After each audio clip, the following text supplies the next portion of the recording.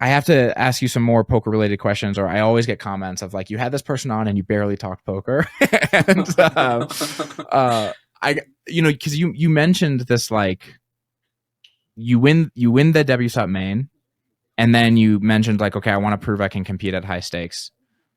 Um, what was that transition like to like going from someone who wants to compete at that level and then like actually doing it? Did you find that it was not as competitive as you thought it was going to be, that like not as much needed to change about your game or life or the way that you played in order to feel like you were competitive, or did you feel like it was a difficult thing to start playing Tritons?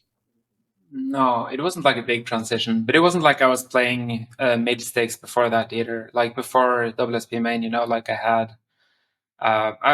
had played like one or two 25Ks, I guess, and like a few 10Ks, and I was playing at a decent level already. I kind of felt like I was um, I was afraid when I started playing Tritons that like all these guys were gonna like be super super sharp in every spot, but you quickly realize that they're human beings as well, and it's just yeah, they're gonna be a bit more accurate in every spot, and they're gonna have some plays that you don't see at lower stakes, but it's not night and day. At least that was my perception. So yeah.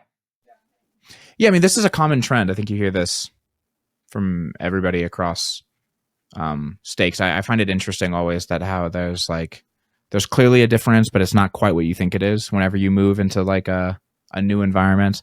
I obviously work with students who are like trying to move up or something, and the biggest thing that I find affects them is the way the story they tell themselves about their new opposition that isn't true. Like everyone everywhere is not that. Poker's really hard. Like poker's a really hard game to be phenomenal at in every spot, So like,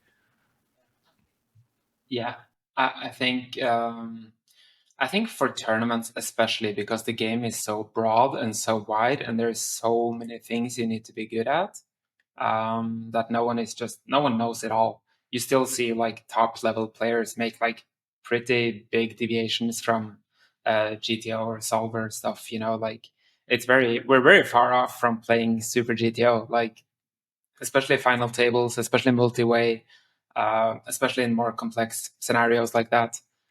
People are pretty good now at playing like pre-flop GPV and button versus big blind, 30 big blinds deep, like right. Like whatever. these People are standard pretty good at spots. like Yeah. the basic, yeah, like all the basic stuff that you've been running sims for 10 years for, you're okay. But like suddenly you have some crazy ICM setup where there's like some giga chip leader and your middling stack, and there's like one guy with 4 big blinds, and you're like open shoving kings for 40 big blinds because if he reshoves them, you can't call You off, have to yeah, yeah, crazy stuff exactly. like that. It's like, yeah, the game is crazy sometimes, and we're very far off from playing these things correctly. So, Yeah. All right, guys. Thank you so much for watching. The full episode with Espen will go live this Friday at 1 p.m. Eastern time. See you then.